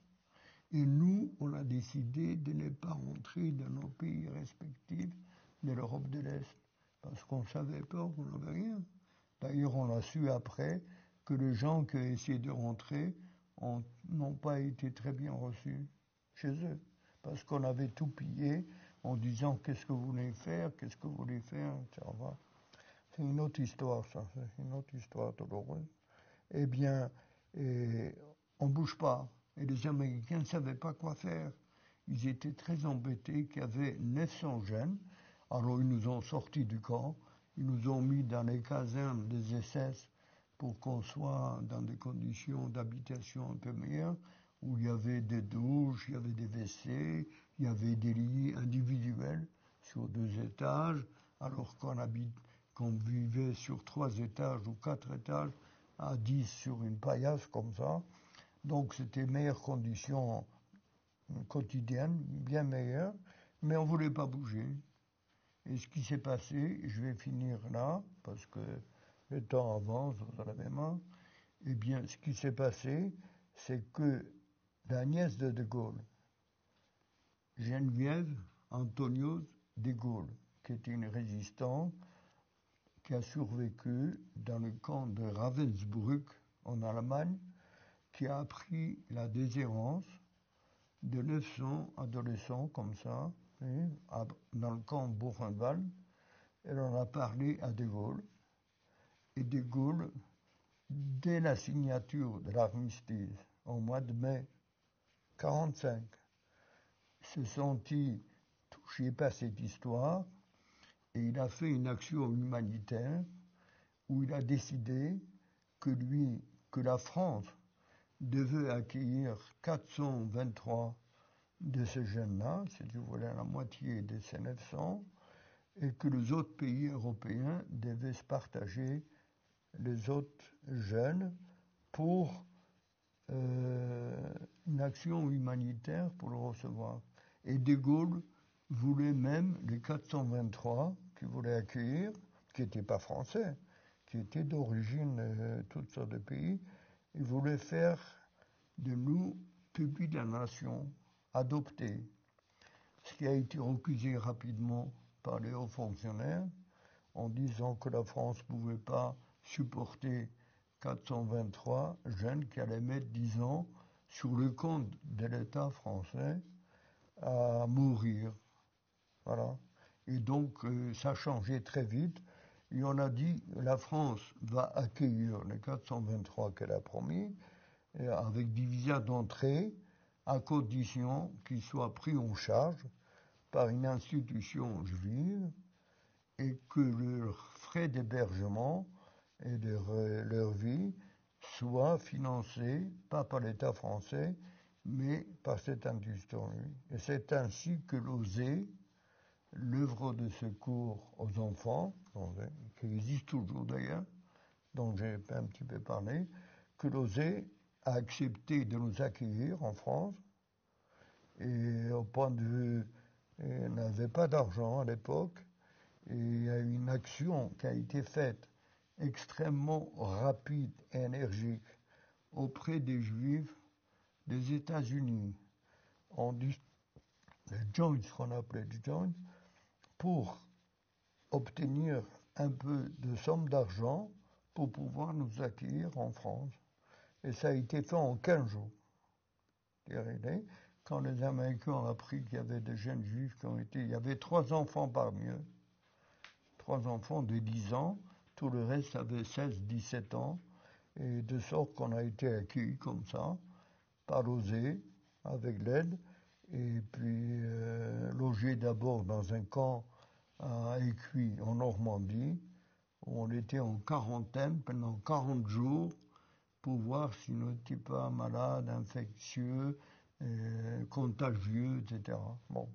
Enfin, vous savez, après notre vécu, de se retrouver bouclé dans un camp en France, c'était pas très bien vécu, croyez-moi. La moitié des gens partaient d'eux-mêmes, allaient se promener dans un peu partout. Toujours est-il, ça s'est terminé comme ça, et j'ai eu la chance, moi, faire partie des 423 qui sont arrivés en France. Et puis là, je ne vais pas m'étendre pour essayer de retrouver ma famille. Ça a été laborieux, difficile, mais enfin, ça s'est fait. Et j'ai retrouvé mes 3 oncles en France, vivants, mais pas leurs épouses, ni mes cousines, qui ont été déportées en 1942, ici à Paris, ou de Tours. Et de sorte, si vous voulez, moi qui croyais que l'Europe de l'Ouest, l'Europe de l'Est était complètement souillée, si vous voulez, que nos victimes étaient toutes de cette région-là, je me suis rendu compte qu'à l'Europe de l'Ouest, c'était la même chose. Et j'ai appris Vichy, j'ai appris la rafle du Veldiv, etc., tout ça, j'ai appris tout ça. Et donc, j'ai conclu que finalement, toute l'Europe avait participé d'une manière plus ou moins active, mais il faut dire, à part les collaborateurs actifs, qui n'étaient pas la majorité, loin de là, mais la majorité était passive et indifférente. Et on vit la même chose aujourd'hui. Il ne faut pas oublier. Et moi, quand je parle aux jeunes, je leur parle d'aujourd'hui. Tant pis, je suis à côté de la plaque. Je suis à côté des sujets, c'est vrai, mais il faut en parler. Parce que l'indifférence, en disant je ne suis pas concerné, c'est pas mon affaire, je vais pas le savoir, c'est extrêmement dangereux. Voilà. Je crois qu'il faut s'arrêter, non? Vous voulez arrêter ou Qu'est-ce que moi j'aurais quelques questions. ça va? Oui. Durant votre expérience assez longue dans le ghetto à Auschwitz, à Babitz ou à Buchenwald, est-ce que vous vous êtes fait des camarades qui sont restés aujourd'hui, vous aviez des liens ou vous étiez seul pendant toutes ces années dans votre quotidien? Il faut vous dire, dans le quotidien, contrairement à ce qu'on pense, il y a toujours eu entre nous une entraide, pas très active si vous voulez. Chacun tâchait de survivre, de tenir le coup qu'on appelle ça, mais dire qu'on a été totalement indifférent aux choses, c'est pas vrai. Je peux vous donner des exemples très simples. Je peux vous dire qu'à Auschwitz, en rentrant du travail, après avoir fait la marche le matin, travaillé très dur toute la journée, rentrer 5 kilomètres à nouveau à pied, fatigué, presque mourant, quand vous arriviez, il fallait ramener les cadavres qui étaient morts au travail, soit exécutés, soit d'épuisement, il fallait les ramener au camp, sinon ils manquaient à l'appel, ils étaient étiquetés et évadés. Et l'appel pouvait durer des heures pour essayer de voir s'ils ne sont pas allés dans un autre camp, etc., dans un autre bloc, etc. Eh bien, l'obsession était de ramener les cadavres. Et puis, une fois arrivé, il y avait l'appel, il y avait des gens qui étaient incapables d'être dehors, à l'appel debout, garde à vous, pour être comptés, recomptés, etc. Et je peux vous dire que les gens qui étaient à côté de cette personne, qui était HS, comme on dit vraiment, eh bien, ils se rapprochaient de lui de telle manière pour le soutenir par le côté ou derrière un petit peu pour qu'il reste debout le temps de l'EHPAD. Et c'était une survie, parce que s'il tombait, il était exécuté pendant l'appel. Vous voyez? Et le fait de soutenir comme ça quelqu'un pour qu'il reste debout, eh bien, c'était déjà l'entraide. Il y avait comme ça des petits faits qui faisaient que vous arriviez à survivre ou pas. Et grâce à un camarade ou n'importe quoi. Et de sorte, si vous voulez, ces petits gestes existaient toujours et tout le temps. Enfin, pas citer, je peux pas vous citer beaucoup, je peux vous citer, mais enfin, c'est comme ça. Et c'était très, très important de pouvoir savoir qu'à un moment donné, on compte. Eh bien, si vous voulez, il y a aussi le problème de suicide. Vous pouvez vous demander, le suicide dans les camps était très rare. Vraiment, c'était, je dirais, exceptionnel, et on se demande pourquoi. Comment se fait-il alors que les gens crevaient de fatigue, de travail, de sous-nutrition, tout ce que vous voulez, avec tout ce qu'ils ont vécu, qu'ils ont perdu le membre de leur famille, etc., comme ça, et alors que le suicide était facile, vous savez, le truc électrifié, vous approchiez, vous étiez trop près, vous étiez attiré par les 50 000 volts qui étaient là, et tout ça, eh bien, les gens ne le faisaient pas. Ne le faisaient pas. Pourquoi? Parce que, premièrement, l'entourage qui savait, quelqu'un qui allait mal, qui faisait comprendre qu'il va se jeter sur les balles, était retenu par ses camarades en disant non, ne fais pas ça, si tu fais ça, tu facilites la tâche des nazis, de nos ennemis, tu fais leur boulot. Et de dire une phrase comme ça était une survie pour une personne qui est prête pour aller se jeter. Comprenez? Une petite chose comme ça. Un mot. Voilà. Et il y avait plein de choses comme ça. Je ne peux pas vous citer une phrase, un mot, un geste, comme ça. Vous êtes un des rares survivants de Babitz. Vous pouvez nous en parler un peu plus? Babil, qu'est-ce que vous voulez? C'était une chance et une malchance. Le fait d'être dans un sous-camp, ne pas devoir rentrer tous les soirs pour l'appel à Auschwitz I, c'était déjà une chance énorme, énorme. Et de sorte que vous ne faisiez pas la marche à pied. Le travail était très dur, c'est vrai, mais comme c'était une exploitation agricole, le travail était valorisé en ce sens. On avait besoin des gens pour qu'ils fassent le boulot, et bien on leur donnait une ration légèrement supérieure qu'ailleurs. C'était déjà une chance. Deuxièmement, le fait que l'appel dure un quart d'heure, parce qu'il n'y avait qu'un seul bloc avec 180 personnes, c'est vite fait, vous savez. C'était déjà une deuxième chance de survie. Vous voyez ?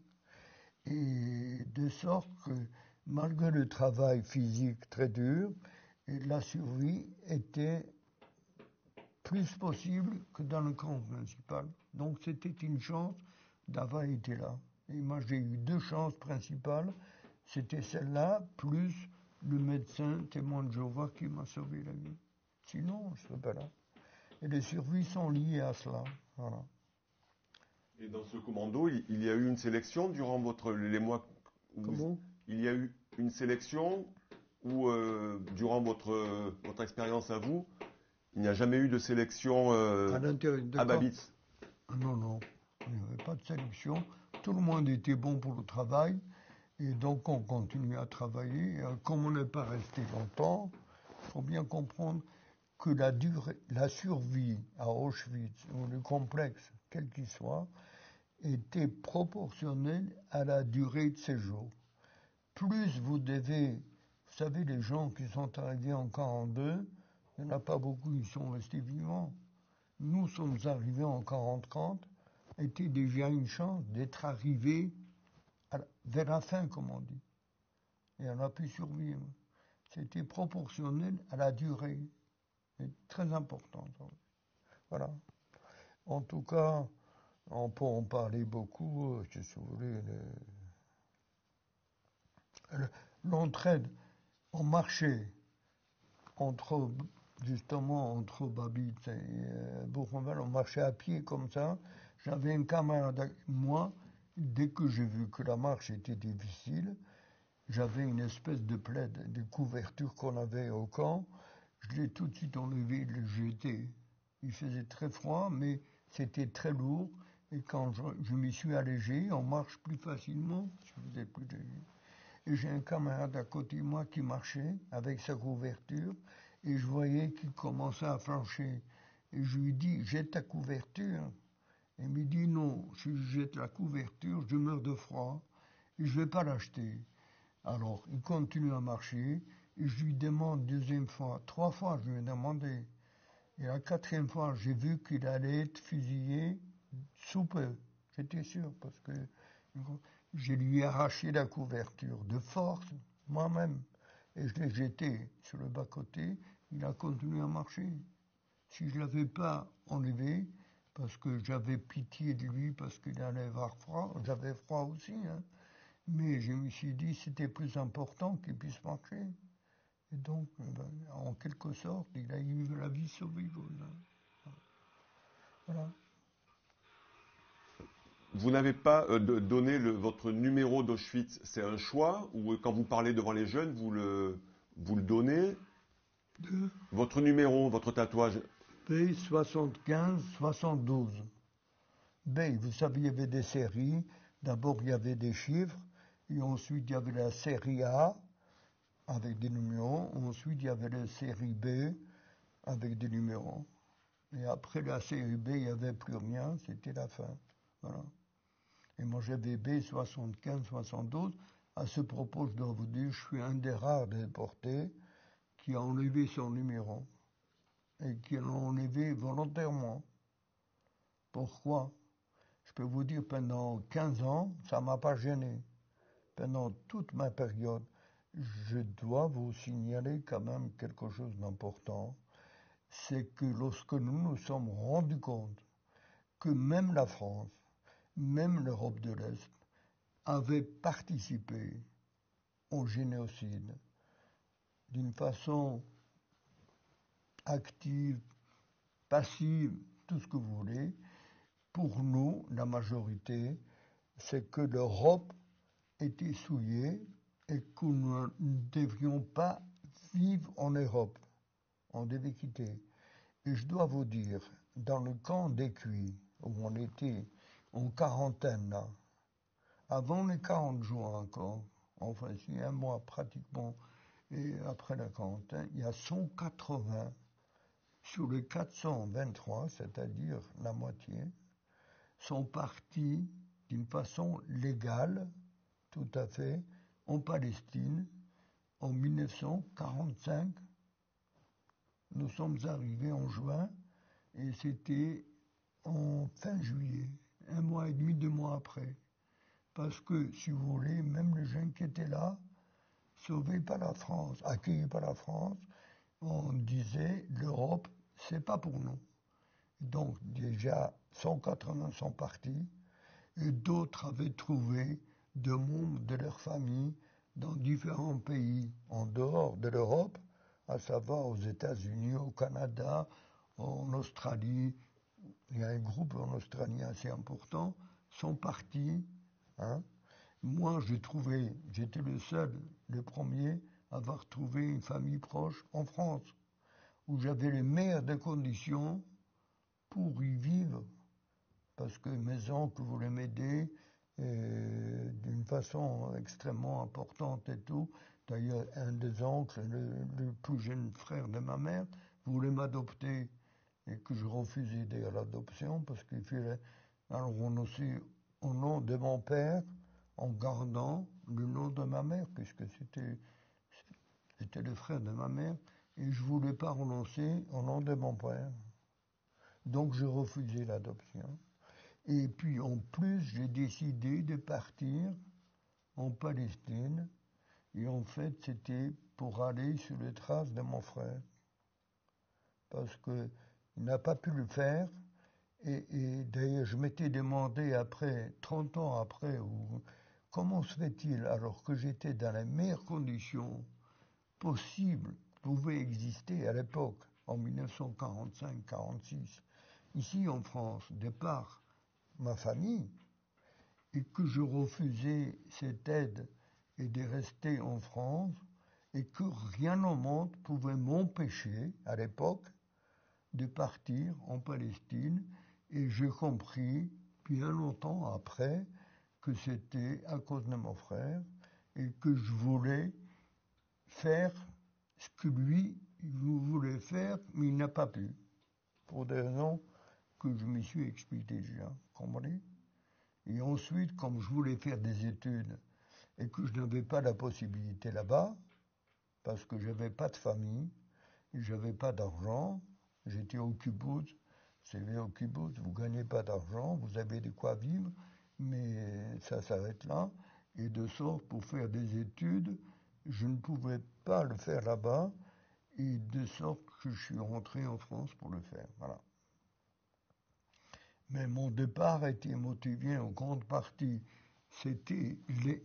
officiellement c'était par idéalisme propre, en partie, mais en fait c'était vraiment influencé par l'attitude, l'impossibilité de mon frère de le faire. Vous comprenez?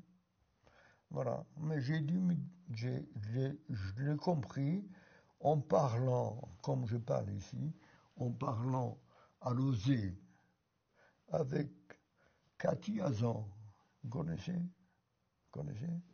historienne, qui nous a interrogés, elle avec, comment il s'appelle, Eric, enfin, peu importe, ils ont enregistré des rescapés de Buchenwald comme ça, et c'est en parlant avec elle que j'avais compris cette histoire-là. Il n'y a pas si longtemps, d'ailleurs. Voilà. Et c'était important. Bon, ça va. Enfin, on peut dire tellement de choses, mais après, rentrer dans la vie, c'est pas évident.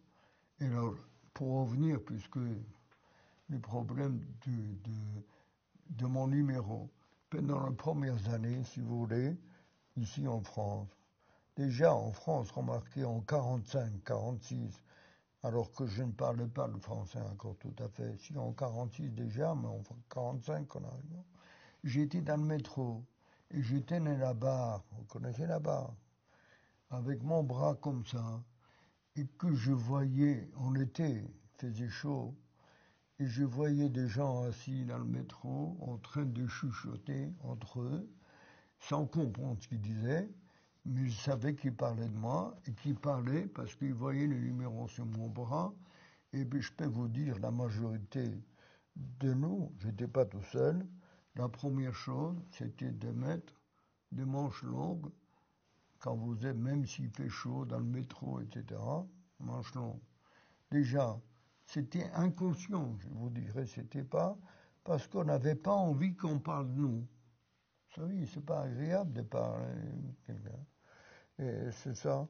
Mais ça m'a pas gêné particulièrement, puisque ensuite je suis parti en Palestine en 47. Je suis parti avec le numéro. J'ai vécu là-bas, d'avoir le numéro, c'était pas. D'ailleurs, on n'en parlait pas. Il faut vous dire à l'époque, au début, en 46, 47, 48, la création de l'État d'Israël, tout ça, il ne fallait pas en parler là-bas. On n'en parlait pas. Jusqu'à procès d'Eichmann à Jérusalem en 1960, je ne me souviens plus quelle année exactement. 61, je crois. Mais... Comment?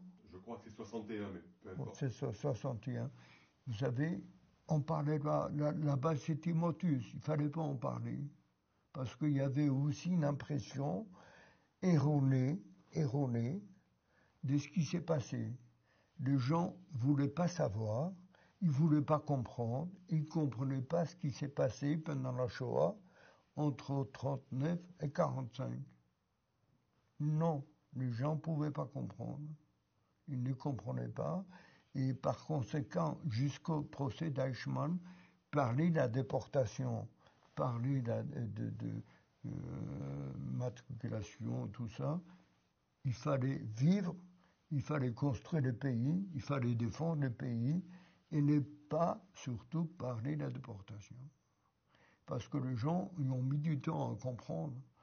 Parce que Eichmann, ça a permis à quelques témoins de venir témoigner officiellement au tribunal devant le monde entier et de dire ce qu'ils ont vécu, comment ils ont vécu, avec l'approbation d'Eichmann, qui faisait comme ça de la tête. Hein? Je ne sais pas si vous avez vu. Bon. Et donc jusqu'à Eichmann, c'était pas comme ça. Moi, quand je suis revenu en France pour faire mes études, très rapidement, je m'y suis rendu compte. Déjà, quand j'étais étudiant en médecine, je me destinais à la chirurgie, on se lavait les mains tout le matin, etc. J'ai pris conscience que, premièrement, les jeunes générations ne savaient pas ce que c'était. Ils me demandaient si c'était le numéro de téléphone de ma copine, que je l'avais noté comme ça, ou n'importe quoi. Et c'était vraiment entre carabins, entre des blagues, tout ça. Et j'avais pas du tout envie de leur raconter ma vie, ce que j'ai vécu, comment j'ai vécu. Et ça, c'était déjà, si vous voulez, côté carabin, un petit peu pas très important. Ce qui m'a motivé le plus, c'était nos patrons, nos aînés, qui savaient ce que c'était, dont certains étaient collaborateurs, vous savez, plus ou moins vigicistes, plus ou moins tout ce que vous voulez. Ils savaient très bien ce que c'était, ils avaient une tendance, pour moi, était absolument inacceptable, une tendance de commisération, en disant le pauvre, il a été déporté, il a souffert, machin, etc. Et cette attitude de commisération m'était totalement insupportable, parce que moi, une fois que j'ai décidé d'étudier et de travailler, je voulais être jugé sûrement, purement de ce que je vaux comme étudiant, comme externe, comme interne des hôpitaux, etc. Et pour ma valeur, pas pour autre chose, c'est là que j'ai décidé de faire enlever mon numéro, que j'ai gardé pendant très longtemps, jusqu'à mon vol. je l'avais enlevé à une condition, donc garder une trace. Pourquoi? Parce que ce numéro, si vous voulez, était pour moi la pierre tombale de mes parents. En même temps que je bénéficiais de ce numéro, mes parents ont été sauvagement assassinés là-bas. Et ça, pour moi, si vous voulez, dans ma tête, c'était le témoignage de l'assassinat de mes parents. J'étais sélectionné pour le travail, eux, ils ont été sélectionnés pour être assassinés. Et quand je l'ai enlevé, je voulais en garder une trace. Pas l'avoir sur moi, mais avoir une trace. Donc la première couche, je l'avais séchée. D'ailleurs, j'ai des photos de tout ça. Ça a été fait. Donc j'ai gardé, mais si vous voulez, on m'a volé dans un centre sportif. On m'a volé la veste avec tout ce que j'avais dedans. Voilà. Et c'était à l'époque où j'avais déjà accepté d'aller témoigner. Et j'étais témoigné dans un collège à Pavillon-sous-Bois, où il y avait un collège juif d'ailleurs, de 1500 élèves. J'avais témoigné, j'avais les numéros, les gens me demandaient de montrer justement la trace de mon numéro, le parchemin. Et je l'avais oublié de le ranger chez moi. Je suis allé au sport le lendemain et on m'a volé la veste avec tout. C'était une chose extrêmement éprouvante pour moi. Vous savez, j'ai fait un travail dessus d'ailleurs, heureusement. J'ai fait un film, vous n'avez pas vu le film? Elie et nous, fait par Sophie Brodier, Sophie Brodier à Gad Film. Et j'ai pu faire, grâce à elle, j'ai pu faire un travail justement sur la perte de mon numéro. Si vous pouvez voir le film, ça vaut la peine.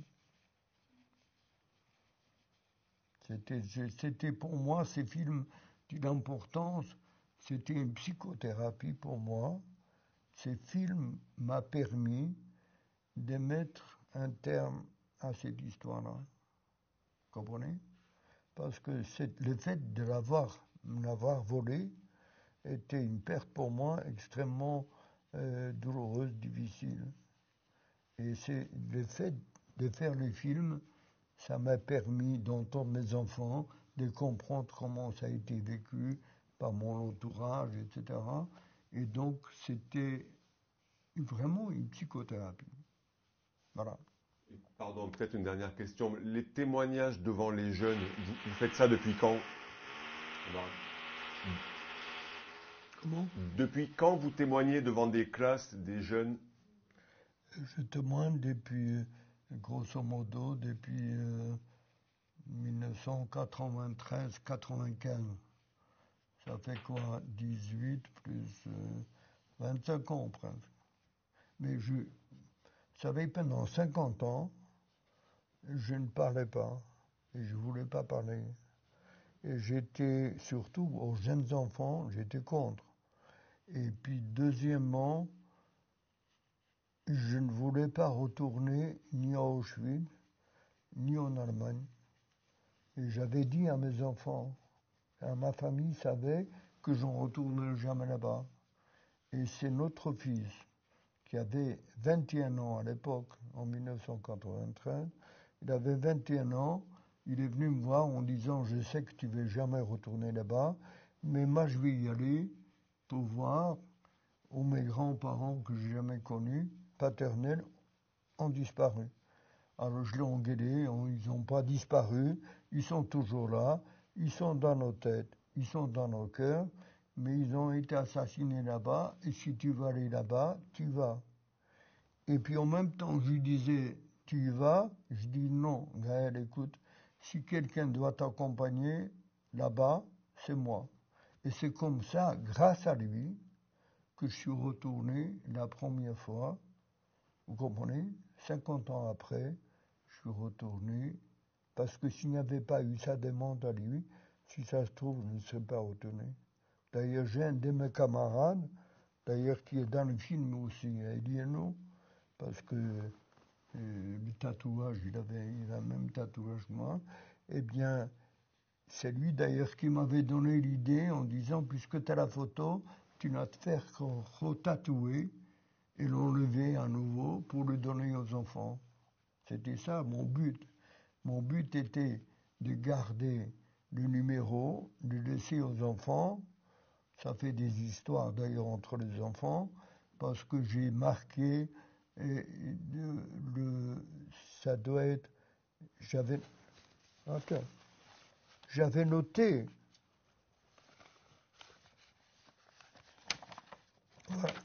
voilà la photo du numéro. Oui, c'était le parchemin, si vous voulez, les morceaux de peau que j'avais gardés sur moi. Et non seulement que j'avais gardé sur moi, mais j'avais gardé, ça a fait des histoires. Je sais pas où il est.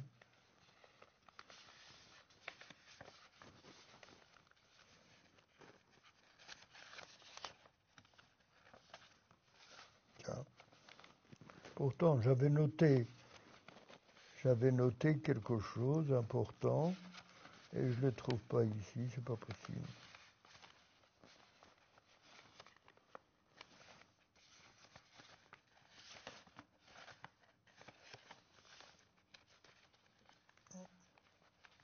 J'avais un autre papier où j'avais noté comme quoi ce numéro était destiné à mes enfants et j'ai marqué entre parenthèses notamment Gaël, le fils, et je me suis fait attaquer par ma dernière fille en disant pourquoi lui, pourquoi pas moi, etc.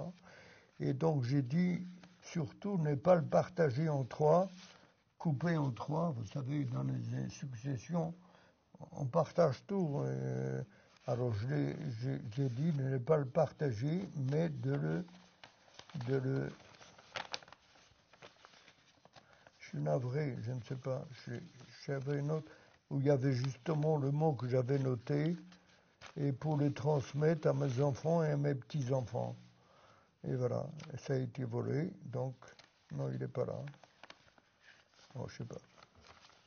Toujours est-il, cette histoire m'a permis, donc je suis retourné avec lui la première fois, et à partir de ce moment-là, j'ai décidé deux choses. Et premièrement, d'aller parler aux jeunes, et que c'est pas possible de me taire et de ne pas. Et j'ai commencé à témoigner d'un collège et lycée, etc. Et en même temps, peu de temps après, j'avais pris la décision d'emmener tous mes petits-enfants à l'âge de 15 ans, à l'âge où je suis arrivé à Auschwitz, de les amener avec moi. Et sur les 8 petits-enfants que nous avons, dont une fille, 7 garçons, les 2 filles, chacune a 3 garçons. Et le fils, en milieu, entre les 2 filles, le fils, il voulait rien. À un moment donné, pendant de longues années, il voulait que de femmes. Il voulait changer de femme. C'est ce qu'il faisait largement d'ailleurs. Et puis il changeait de femme. Et puis ensuite, finalement, il a trouvé une femme avec laquelle il fait le premier enfant. C'est une fille. Alors les 2 sœurs sont jalouses en disant, voilà, il voulait rien. Et il arrive, la première, c'est une fille, alors que nous, 3 garçons, il n'y a pas moyen d'avoir une fille. Toujours est-il, sur les 8, j'ai déjà amené 5. À l'âge de 15 ans, je les amène avec moi en voyage. Le 6e, je vais l'amener à la fin de cette année. Mais j'ai triché un peu, il n'aura pas 15 ans, il aura 13 ans. Je me suis dit, 13 ans, c'est déjà assez mûr maintenant, je vais le prendre à 13 ans. Et les 2 autres qui vont rester, justement, sont les enfants de mon fils et la fille, la petite fille. Et elle vient d'avoir 7 ans. Et donc, jusqu'à 13 ans, il y a encore 6 ans. Bon, 6 ans, on verra. C'est pas sûr. Hein. Remarquez, en venant ici à pied, je rencontre un ami dans lequel je connais bien un médecin, un psychanalyste connu. Je le rencontre et je sais qu'il a un père qui est plus âgé que moi et je lui demande, ton père, comment il va, quel âge a-t-il? Il me dit, tout à l'heure en venant, il me dit, il a 99 ans. Il a 99 ans, il est bien, ça va. Et il parle de la Shoah et tout ça. Et 99 ans. Alors, je lui dis, tu sais, mon frère a été assassiné à l'âge de 22 ans, hein, en 1940. Nous sommes 18, c'est-à-dire 78 ans. Vous voyez ? 78 ans qu'il aurait pu vivre, qu'il n'a pas vécu d'aujourd'hui. Et s'il avait vécu, il aurait l'âge du père de mon ami, là. Comprenez ? Il aurait 99 ans. Il serait vivant encore. Et voilà. Et qu'est-ce que vous voulez ? C'est comme ça. Toujours est-il, j'ai déjà amené les petits-fils, la petite fille, parce qu'elle commence déjà, elle est au courant, et elle me dit, attention, il faut que tu sois là pour m'amener à Auschwitz à 15 ans. J'ai dit, d'accord, je serai là. Enfin. En tout cas, il m'a dit, le fils a dit, si pour une raison, il ne voulait pas dire, si tu casses ta pipe, et il m'a dit, si pour une raison quelconque, tu ne peux pas faire le voyage, je le ferai à ta place, à la date que tu as décidé, pour amener mes neveux et mes enfants là-bas. Et il le fera. Je suis sûr qu'il le fera. Je peux partir demain, en sortant d'ici, je peux m'en aller à Bagneux où j'ai une place. Hein. L'autre jour, j'étais malade, il y a quelque temps. Et quand on me téléphonait, comment tu vas ? J'ai dit, attention, ça va bien. J'ai décommandé ma place pour quelque temps encore à Bagneux, elle reste au chaud, ça va ?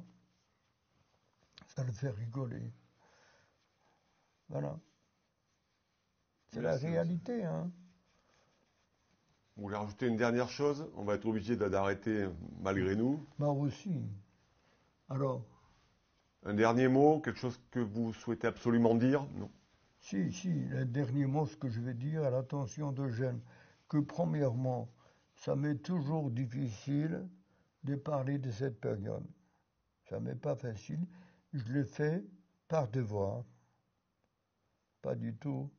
Et je le fais par devoir parce que je pense que les jeunes générations, il faut les prémunir d'une notion extrêmement importante, c'est lutter contre les exclusions, quelles qu'elles soient. Et dès qu'il y a un problème d'exclusion, il y a toujours des raisons d'exclusion. Si vous voulez, c'est le principe du bouc émissaire. Des problèmes, il y en a toujours, et partout, et de tout temps, et de tout endroit dans le monde. Mais il se trouve que la bête humaine est un peu particulière, elle est pensante, elle a besoin de comprendre. Elle a besoin de comprendre qui est responsable de ces misères qu'elle a. Et qui est responsable, il faut trouver un bouc émissaire. Et le bouc émissaire, ça passe par l'exclusion. C'est pas seulement l'exclusion raciale que Hitler a mis au point et qu'il a pu inoculer pendant une certaine période, d'accord ? Mais toutes sortes d'exclusions, qu'elles soient religieuses, qu'elles soient politiques, qu'elles soient économiques ou autres, je dis aux jeunes, vous vous y opposez le plus énergiquement possible et le plus rapidement si possible, parce qu'il y aura moins de victimes innocentes si vous le faites rapidement. Et je peux dire, pour terminer, vous me direz, c'est HS hors sujet si vous voulez, pour terminer, que l'islam radical, comme tous les extrémismes qui ont existé de tout temps dans l'histoire, va disparaître. Que le problème n'est pas là.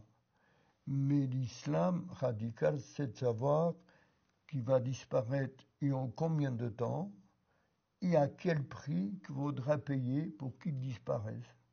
Donc le problème, il est là, le temps et le nombre de victimes. Et plus on agit et plus on s'oppose, mieux ça vaut. Parce que les ennemis, c'est comme ça, ils vous attaquent. Si vous ne répondez pas, ils s'attendent à ce que vous répondiez. C'est comme ça. si vous voulez, l'esprit humain est comme ça. Si vous attaquez, vous attendez à ce que la personne que vous attaquez se défende. Si elle ne se défend pas, vous en déduisez, puisqu'elle ne défend pas, elle est faible. Et puisqu'elle est faible, on peut l'attaquer encore plus. Et alors ça, mais si M. Macron veut le comprendre, j'aimerais bien lui transmettre. Hein? Vous êtes d'accord? Parce que M. Macron avait fait un très beau discours récemment, avant-hier, au CRIF, au dîner du CRIF, où il a tenu un courant qu'il faut discuter avec les gens, qu'il faut dialoguer. Et je lui ai fait comme ça, je ne sais pas s'il m'a vu, en tout cas, j'ai fait des signes de négation pendant son discours, parce que j'étais dans une de vue comme ça, et je lui faisais non, non, ça va pas, dialoguer, je vais bien dialoguer, mais à condition qu'en face, veuille le faire. Si vous avez en face, il ne veut pas dialoguer, qu'est-ce que vous voulez faire dialoguer? Ça veut dire. Et cette politique, tout le monde est beau et tout le monde est gentil, on peut parler avec tout le monde, ce n'est pas vrai. Voilà, j'ai terminé. Merci, monsieur. Vous embêtez, moi vous êtes comme ça.